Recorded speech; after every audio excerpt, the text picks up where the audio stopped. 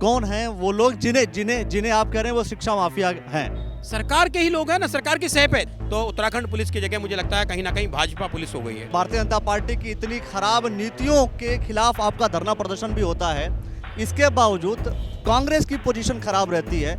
धर्म के नाम पर, जातिवाद के नाम पर, तमाम ऐसे मुद्दों के नाम पर जो समाज को बांटने का काम कर रही है, उससे भी कहीं ना कहीं जो ये दिमाग भटकाने का काम कर रहे हैं। कांग्रेस की गलती नहीं है, कांग्रेस में कोई कमियां नहीं है। आपको ये नहीं सोचना चाहिए कि हाँ कांग्रेस में भी कहीं ना कोई ना कोई ऐसी कमी होगी जिस वजह से आप जनता को अगर समझा नहीं पा रहे हैं। आप कह रहे हैं बीजेपी बांट रही है तो आप जोड़ नहीं पा रहे हैं। कर रही है, ईवीएम मैनेजमेंट का काम कर रही है, इलेक्शन कमीशन को सुनिए मैं पूरी बात, पहले मेरी बात सुनिए तब आप बोले। कोई स्टेट आप जीत जाए वहां आपने ईवीएम का राग आलापा ही नहीं, जहां आप हार जाए वहां ईवीएम खराब है। हम तो उत्तराखंड में ना ही आलाप रहे ईवीएम खराब, हम हरियाणा को देख के करें। देखिए ये स्टैटिक पॉलिटिक्स है।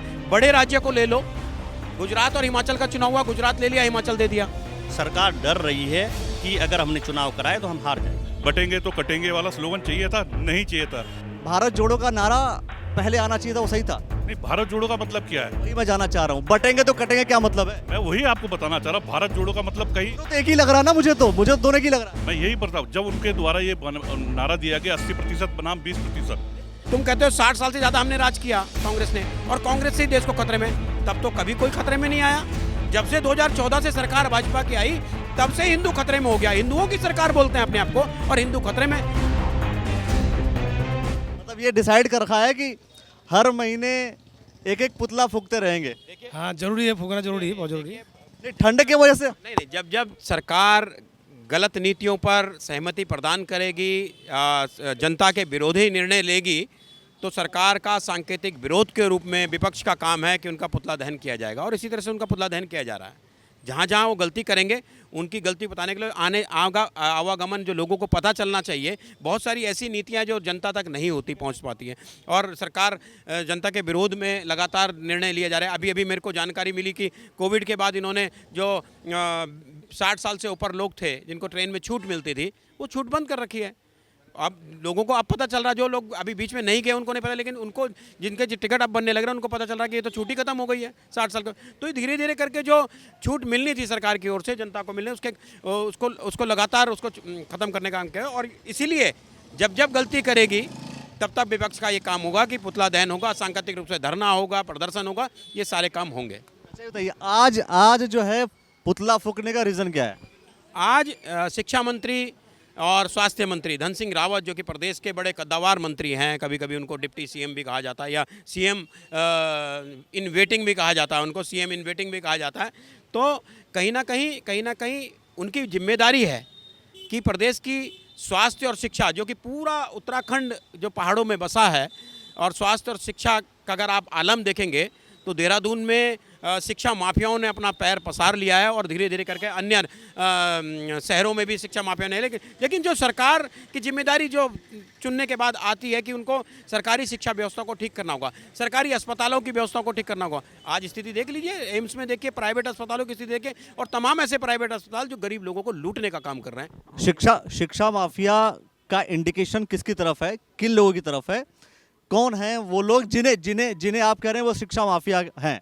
सरकार के ही लोग हैं ना, सरकार की सह पे। देखिए, जब कोई गलत काम हो रहा हो जिसको सरकार रोक सकती है, अगर सरकार रोक नहीं रही है तो इसका मतलब सरकार की सह पर ये काम हो रहा है, और कहीं ना कहीं इसमें सरकार की भागीदारी है, तभी ये लोग पनप रहे हैं। चाहे वो शिक्षा माफिया हों, चाहे वो स्वास्थ्य माफिया हों। स्वास्थ्य माफिया इसलिए आज अस्पताल माफिया भी हो गए हैं लोग, क्यों? कमीशन खोरी में करने लगे, एम्बुलेंस वालों को कमीशन देने लगे, दूसरे अस्पतालों को कमीशन, ये कमीशन का जो धंधा चल रहा है, उसके विरोध में हमारे जो पूर्व अध्यक्ष प्रीतम सिंह जी, जो हमारे सीईसी के सदस्य भी हैं, और अजय विधायक रहे हैं जो अभी सालों से विधायक हैं, उन्होंने एक सांकेतिक धरना जो प्रदेश में शिक्षा और स्वास्थ्य को लेकर, उन्होंने गिरती व्यवस्था को देखकर उन्होंने एक सांकेतिक धरना दिया था, और बनता है, विपक्ष का फर्ज भी बनता है। उसके बावजूद पुलिस के द्वारा, वहाँ पे हमारे प्रदेश अध्यक्ष करण महारा भी थे और तमाम लोग थे, कांग्रेस के वरिष्ठ लोग थे वहाँ पे, पुलिस के द्वारा जो अभद्रता की गई, उसके विरोध में महानगर कांग्रेस कमेटी के तत्वाधान में हम सब लोगों ने, यहाँ कांग्रेस जनों ने शिक्षा मंत्री का पुतला दहन कर एक सरकार को चेताने का काम किया कि आपके मंत्री, आपकी पुलिस, क्योंकि इस समय पुलिस तो उत्तराखंड पुलिस की जगह मुझे लगता है कहीं ना कहीं भाजपा पुलिस हो गई है, बनकर रह गई है। पुलिस को जब भाजपा के कुछ लोग इशारे करते हैं तो उसी तरह से चलने का, उसके विरोध में आज यह पुतला दहन का कार्यक्रम था। अच्छा, जैसे एक छोटी सी बात, जैसे मान लीजिए बहुत से ऐसे लोग हैं विधायक हैं, सत्ता पक्ष के हैं, विपक्ष के भी हैं, किसी भी विधायक का इलाज अगर उसके ही विधानसभा क्षेत्र के हॉस्पिटल में हो, क्या ऐसा डिस्कशन या ऐसा मुद्दा विपक्ष के विधायक भी नहीं छेड़ सकते? बिल्कुल अच्छा आपने ये बताया, ये बड़ा अच्छा मुद्दा है और होना भी यही चाहिए। हम तो कह रहे हैं मुख्यमंत्री का भी उसी के क्षेत्र में होना चाहिए, बिल्कुल, मैं यही कह रहा हूँ। ताकि जिसकी जो विधानसभा के लोग उसको जिम्मेदार बना के भेजते हैं, क्योंकि वो और क्या चाहता है, आदमी रोजगार चाहता है, आदमी शिक्षा चाहता है, आदमी स्वास्थ्य चाहता है, तीन चीज़ बहुत ज़रूरी चीज़ें हैं। लेकिन अगर वही आपके क्षेत्र में नहीं है तो आपका विधायक होना या आपका मंत्री होना कोई फ़ायदा नहीं है उसका ना कहीं और ये अच्छा मुद्दा है। इस मुद्दे को कांग्रेस पार्टी आपने बताया, तो इसको मुद्दे को हम अपने विधायकों के माध्यम से सदन में उठाने के लिए भी प्रयास करेंगे। इसमें मैं बस आपसे एक लास्ट सवाल, आखिर कारण क्या, चुनाव भी आप लड़े, कारण क्या है कि जब इतना कुछ खराब आप भारतीय जनता पार्टी में देखते हैं या भारतीय जनता पार्टी की इतनी खराब नीतियों के खिलाफ आपका धरना प्रदर्शन भी होता है, इसके बावजूद कांग्रेस की पोजीशन खराब रहती है, कांग्रेस की पोजीशन बेहतर नहीं हो पाती है? कारण क्या है? पिछले अगर आप सेंटर की बात करें, स्टेट की बात करें, मैं सबकी बात कर रहा हूँ। देखिए, कहीं ना कहीं जो मुद्दा लगातार पूरे हिंदुस्तान के अंदर दबे जुबानों में कहा जाता था कि कहीं ना कहीं भाजपा मैनेजमेंट का काम कर रही है, ईवीएम मैनेजमेंट का काम कर रही है, इलेक्शन कमीशन को सुनिए मैं पूरी बात, पहले मेरी बात सुनिए तब आप बोले। इलेक्शन मैनेजमेंट का, इलेक्शन कमीशन को मैनेजमेंट करने का काम कर रहे हैं। हरियाणा का चुनाव में बिल्कुल नज़दीकी से हमने देखा, कहीं आप लोग भी नहीं कह रहे थे कि कहीं ना कहीं हम चुनाव बड़े मार्जिन से जीत रहे हैं, कांग्रेस चुनाव रहे हैं, लेकिन रिजल्ट बिल्कुल आधे घंटे पहले 70 सीट पे थे हम, और जैसे ही आधे घंटे बाद देखा तो वहाँ 35 से भी नीचे आ गए। तो कहीं ना कहीं ये सारी चीज़ें थी, और सबसे बड़ा यह है कि जो समाज को बांटने का काम भाजपा कर रही है आज, धर्म के नाम पर, जातिवाद के नाम पर, तमाम ऐसे मुद्दों के नाम पर जो समाज को बांटने का काम कर रही है, उससे भी कहीं ना कहीं जो ये दिमाग भटकाने का काम कर रहे हैं। आप मुझे बताइए, देखिए ये सारी चीज़ों में फिर से आप भाजपा की गलती निकाल रहे हैं, कांग्रेस की गलती नहीं है, कांग्रेस में कोई कमियां नहीं है। आपको ये नहीं सोचना चाहिए कि हाँ कांग्रेस में भी कहीं ना कोई ऐसी कमी होगी जिस वजह से आप जनता को अगर समझा नहीं पा रहे हैं। आप कह रहे हैं बीजेपी बांट रही है, तो आप जोड़ नहीं पा रहे हैं। अगर बीजेपी कोई गलत कर रही है तो आप सही समझा नहीं पा रहे हैं। ये भी तो हो सकता है, कुछ ऐसा एंगल भी तो हो सकता है। आत्ममंथन भी तो कोई चीज़ होती है कि बार बार नहीं, बीजेपी वालों तुम खराब कर रहे हो। मैं बताता हूँ, देखिए जो ये है चौथा स्तंभ, इसकी वफादारी पर भी शक होने लगा है आज की डेट में। जो कांग्रेस के मूवमेंट, अब आपको ईवीएम पे शक हो गया, आपको देश की जनता पे शक हो गया, तो इस पे भी शक हो सकता है। 100% नहीं कह रहा हूँ मैं, 100% कभी भी नहीं कह रहा हूँ मैं। जब आप जीत जाते हैं, कोई स्टेट आप जीत जाए, वहां आपने ईवीएम का राग आलापा ही नहीं, जहां आप हार जाए वहां ईवीएम खराब है। हम तो उत्तराखंड में ना ही आलाप रहे ईवीएम खराब, हम हरियाणा को देख के करें। देखिए ये स्टैटिक पॉलिटिक्स है। बड़े राज्य को ले लो, गुजरात और हिमाचल का चुनाव हुआ, गुजरात ले लिया, हिमाचल दे दिया। और आप सोचिए, मतलब गंगे माई साक्षी, हमने सब लोगों को ये कहा था ये महाराष्ट्र लेंगे और झारखंड हमें दे देंगे, वही स्थिति इन्होंने किया। और ये सब स्ट्रेटेजी का चुनाव करते हैं। और मैं आप पर नहीं शक कर रहा हूँ, मैं 100% मीडिया पे शक, लेकिन जो हमारे प्रोटेस्ट होते हैं, आप देखिए जितने प्रोटेस्ट होते हैं, बड़े लेवल पर प्रोटेस्ट, उसको कितना मार्जिन मिलता है, कितनी जगह मिलती है। अडानी वाला मुद्दा इतना बड़ा मुद्दा है, उसका गिरफ्तारी कितनी जगह मिली क्या? और मुद्दा कौन सा उठ रहा है? मुद्दे वो उठ रहे हैं छोटे छोटे मुद्दों को लेके हाइप करने का काम कर रहे हैं, जिन चीज़ों को लेके जो धर्म के जाति का रात किया है। और संभल कितने दिन से चला रखा है, संभल सीएम गए, पीएम गए, आज तक वहाँ के सीएम गए, कुछ चीज़ों को लिया, लेकिन मीडिया में उसको उठा रखा क्योंकि हिंदू मुसलमान की बात है। जो ऐसे मुद्दे आप देख ले, उत्तरकाशी की स्थिति देख ली आज, जो पहाड़ों में ये नहीं होता था, वो आज इस पहाड़ों में, नरेंद्र नगर, उत्तरकाशी, आप परमिशन भी दे रहे हैं ऐसे काम करने के लिए। अरे भैया, वर्षों से लोग परिवार रह रहे हैं और वो पहाड़ी हैं, वो वहीं के उत्तराखंडी पहाड़ी हैं जो उस समय बेचारे भागे हुए आए, रास्ते में औरंगजेब ने पकड़ लिया तो उनको भी, वो हमारे ही भाई बंद थे, रास्ते में औरंगजेब ने उनको अपना भाई बंद जैसा बना लिया। तो वो अगर पहाड़ में चले गए और वो अगर हमारे कल्चर से चल रहे हैं, हमारे साथ चल रहे हैं, तो आप इसको बांटने का काम क्यों कर रहे हो? मेरा मानना ये है, जो ये बांटने की जो राजनीति है, इस राजनीति को छोड़ना पड़ेगा, नहीं तो समाज खराब होता जा रहा है। एक चीज़ को लेकर के आपसे सवाल पूछूंगा सर, अगर हम बात करें ऋषिकेश की, तो ऋषिकेश अभी नगर निगम का चुनाव है, नगर निगम में ऋषिकेश की पोजीशन, मतलब नगर निगम में अगर हम कांग्रेस की पोजीशन देखें तो क्या लगता है आपको? नगर निगम हम जीतने जा रहे हैं। आप पिछले 5 साल का अगर भाजपा की यहाँ पर पूरा बोर्ड था, पूरा बहुमत का बोर्ड था, जो उनके कार्य थे पूरे फेलियर वो साबित हुए। और आप जनता, ऋषिकेश की जनता से पूछिएगा कि ऋषिकेश में जो 5 सालों में काम हुआ क्या हुआ। आज जो चुनाव नहीं हो रहे हैं, यही डर सरकार को सता रहा है कि हम कहीं हार न जाए, यही इसका कारण है। और अगर अभी चुनाव हो जाए तो ऋषिकेश में बड़े मार्जिन से और पूरे बहुमत के साथ जो है कांग्रेस आएगी। चुनाव कब तक होने की संभावना है, ऐसा कुछ समझ में आ रहा होगा आपको? या सरकार कब तक करा देगी? सरकार देखिए मैं आपसे ये कहना चाहता हूँ कि ये सरकार जो है संविधान को ही नहीं मानती। संविधान में व्यवस्था है कि आप 6 महीने तक जो है आप जो है राज्यपाल के अधीन कर सकते हैं, प्रशासक बिठा सकते हैं। 6 महीने के अंदर आपको चुनाव कराने हैं। इनके लिए कोई नियम नहीं है, कोई कानून नहीं है, संविधान नहीं है। 6 महीने गुजर गए, साल गुजर गया, 1.5 साल होने वाले पूरे, तो आज भी चुनाव नहीं हो रहे हैं। तो ये सरकार का फेलियर है। सरकार डर रही है कि अगर हमने चुनाव कराए तो हम हार जाएंगे। सुनने में आ रहा है कि सीट जो है ये शायद एससी हो जाए, हो सकता है जनरल भी रहे, कुछ भी हो सकता है। ऐसी संभावनाओं में कांग्रेस मजबूत नजर आएगी? ये लोग एससी कर लें, ओबीसी कर लें, कुछ भी कर लें। देखिए मुख्य बात क्या है, जब हम नगर पालिका थे, हम अपग्रेड होके महानगर बने और यहाँ पर मेयर का चुनाव हुआ, तो पहली बार जहाँ भी कोई भी सीट जब अपग्रेड होती है तो सामान्य होती है। पहली बार भी सामान्य नहीं हुई, आज दूसरी बार है। दूसरी बार भी ये हवा रोज चलती रही। ओबीसी हो रही है, ओबीसी हो जाए कोई बात नहीं, हम ओबीसी जीतेंगे, एससी हो जाए एससी जीतेंगे। लेकिन इनकी मंशा क्या है, इन्होंने जो घुमा के जो जैसी जलेबी बनाते हैं ना, इस तरह जनता का भी और अपने, हम तो खैर हैं ही, हम तो विपक्ष के लोग हैं, इन्होंने अपने नेताओं का भी जलेबी बना रखा है। नेताओं की जलेबी बनी हुई है। और वो जो जलेबी की बात हो रही थी कि हरियाणा में जलेबी बटेगी, कांग्रेस बांटने वाली थी और बांट दिया बीजेपी ने। देखिए, एक बात तो आपको माननी पड़ेगी कि जो पूरा हिंदुस्तान है, हिंदुस्तान को माहौल जो है बिल्कुल बदल चुका है।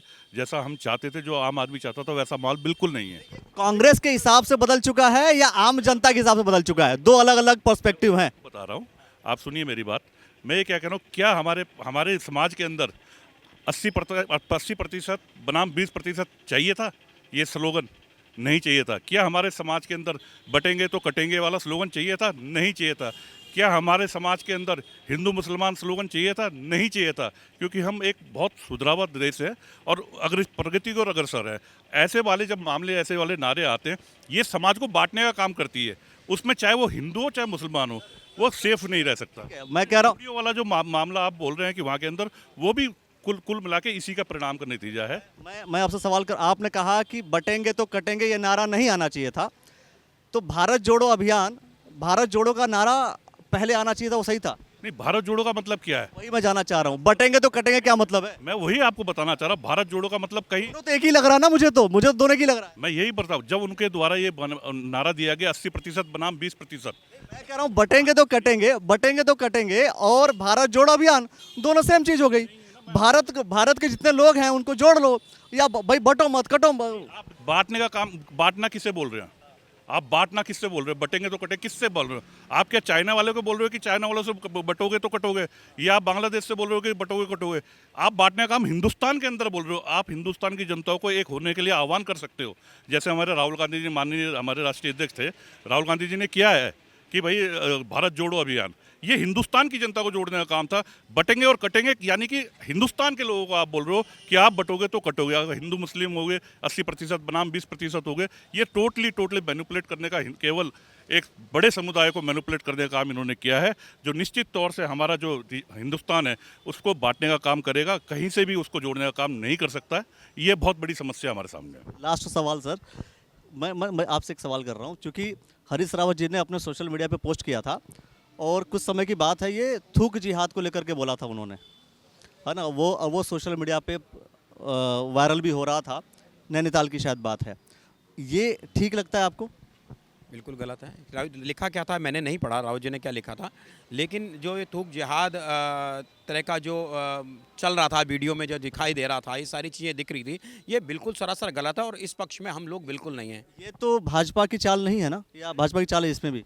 देखिए मेरी बात सुनिए, क्योंकि मैं ये सवाल इसलिए कर रहा हूँ क्योंकि हर चीज़ में भाजपा की चाल दिखी जाती है। और एक बात और बता रहा हूँ, बीजेपी के लोगों से पूछता हूँ तो हर चीज़ में वो ये भी कहते हैं कि जी इन सब में कांग्रेस की चाल है। इसलिए मैं कांग्रेस के लोगों से मैं बीजेपी की बात पूछ रहा हूँ। ठीक है, 5 उंगलियां बराबर नहीं है, इसलिए हर समाज में, हर जाति में, हर धर्म में कुछ ऐसे लोग हैं जो संकीर्ण मानसिकता के लोग हैं, जो पूरी जाति को खराब करने का काम करते हैं, धर्म को खराब करने का काम करते हैं, देश को बांटने का काम करते हैं। और मैं कह रहा हूँ 5 उंगली बराबर नहीं है, लेकिन जिम्मेदारी गार्जियन की बन जाती है। आज गार्जियन भाजपा है, जिम्मेदारी गार्जियन की बन जाती है कि वो पांचों जो बच्चे हैं उसके छोटे बड़े टेढ़े मेढ़े जो कुछ बिगड़े भी होंगे, कुछ सुधरे भी होंगे, कुछ छोटे भी होंगे, कुछ बदसूरत भी होंगे, कुछ सुंदर भी होंगे, उन सबको एक धागे में पिरो के रखने का काम है। अगर आप ऐसी बात करोगे कि ये आज कहते हैं कि हम खतरे, देश खतरे में है, 35 में ऐसा हो जाएगा, अरे भैया तुम कहते हो 60 साल से ज़्यादा हमने राज किया कांग्रेस ने, और कांग्रेस से ही देश को खतरे में, तब तो कभी कोई खतरे में नहीं आया। जब से 2014 से सरकार भाजपा की आई तब से हिंदू खतरे में हो गया। हिंदुओं की सरकार बोलते हैं अपने आप को, और हिंदू खतरे में। सनातन की बात करते हैं, सबसे ज़्यादा मंदिर इनके राज्य में टूटे हैं। आप ऋषिकेश का उठा लिए उदाहरण, ऋषिकेश में सबसे ज़्यादा मंदिर इनके नगर निगम में इनकी सरकार, विधानसभा में इनकी सरकार, लोकसभा में इनकी सरकार, उस सभासद इनके, उसके बावजूद मंदिर टूटे। किसने तोड़े? भाजपा की सरकार ने तोड़े। और बोलते हैं सनातनी अपने आप को। सबसे ज़्यादा बेटी बचाओ बेटी पढ़ाओ के नारे ये देते हैं, सबसे ज़्यादा इनके नेता बेटियों के साथ बलात्कार करने का काम करते हैं। सारे इन्हीं के नेता क्यों निकल रहे हैं पापी? तो कहीं ना कहीं आपने इनके जो संजय जी थे उनके कमरे में क्या क्या निकला, उनका सीवर कैसे चौक हुआ, सारा आपने देखा होगा। तो ये इनका कैरेक्टर जो है ना, इनका कैरेक्टर वैसे ही अपने आप में बड़ा अजीबोगरीब सा है। और ये बात करते हैं, सनातन की बात करते हैं, ये बेटी बचाओ बेटी पढ़ाओ करने की बात करते हैं। ये ढोंगी है, इनका चेहरा कुछ और है और अंदर कुछ और है। इतनी समस्याओं के बावजूद कांग्रेस का सत्ता में ना आना, कांग्रेस का चुनाव न जीतना क्या दर्शाता है? दर्शाता क्या है, एक्चुअली क्या होता है कि वो हर टाइम सरकार के बड़े जो नेता हैं उनके वो ध्यान भटकाने जो काम करते हैं, पब्लिक भी थोड़ा भटक जाती है उसी में। मैं आपका ध्यान जो है वापस स्वास्थ्य मंत्री की ओर ले जाऊंगा कि स्वास्थ्य मंत्री जी ने कल हमारे नेताओं को प्रताड़ित किया, उठाया वहाँ से। और जबकि जितने यहाँ प्राइवेट जो जच्चा बच्चा केंद्र है तो उनकी आशाएं, मैं आपका ध्यान उत्तर जरूर किसी जिम्मेदार अधिकारी से आप जरूर सवाल करना। जितनी आशाएं बहने हैं कि सरकारी हॉस्पिटल में डिलीवरी न करा करके प्राइवेट हॉस्पिटल में डिलीवरी करा रही हैं, और लगभग 6 से 8 हज़ार रुपये उनको एक डिलीवरी मिल रहा है। जो सरकार 600 या 800 रुपये देती है उनको 6000 से लेकर 8000 मिल रहा है। रायवाला का एक उदाहरण है। ऐसे हॉस्पिटल देहरादून जिले में कम 10-15 हॉस्पिटल है सरकारी में, ऋषिकेश में नहीं हो रहा है, छिंदवाड़ा में नहीं हो रहा है, रायवाला में नहीं हो रहा है, केवल प्राइवेट हॉस्पिटल में हो रहा है। उसकी तरफ भी आपका ध्यान भी आपके माध्यम से जाना चाहिए। मैं ये संज्ञान में आपको लाना चाहता हूँ। देखिए, ये महानगर कांग्रेस कमेटी ऋषिकेश का ये कार्यालय है, और इस कार्यालय पे कांग्रेस के लोगों ने पुतला फूका। अब पुतला तो फूक दिया, उसको लेकर के बहुत सारी विषय पे हमने चर्चा की। क्या कुछ आप कहना चाहते हैं पूरे सिनेरियो को सुन करके, वो आप कमेंट सेक्शन में प्रतिक्रिया दे दीजिए। देखते रहिएगा द न्यूज़ वाला नेटवर्क। बहुत बहुत शुक्रिया, बहुत बहुत धन्यवाद।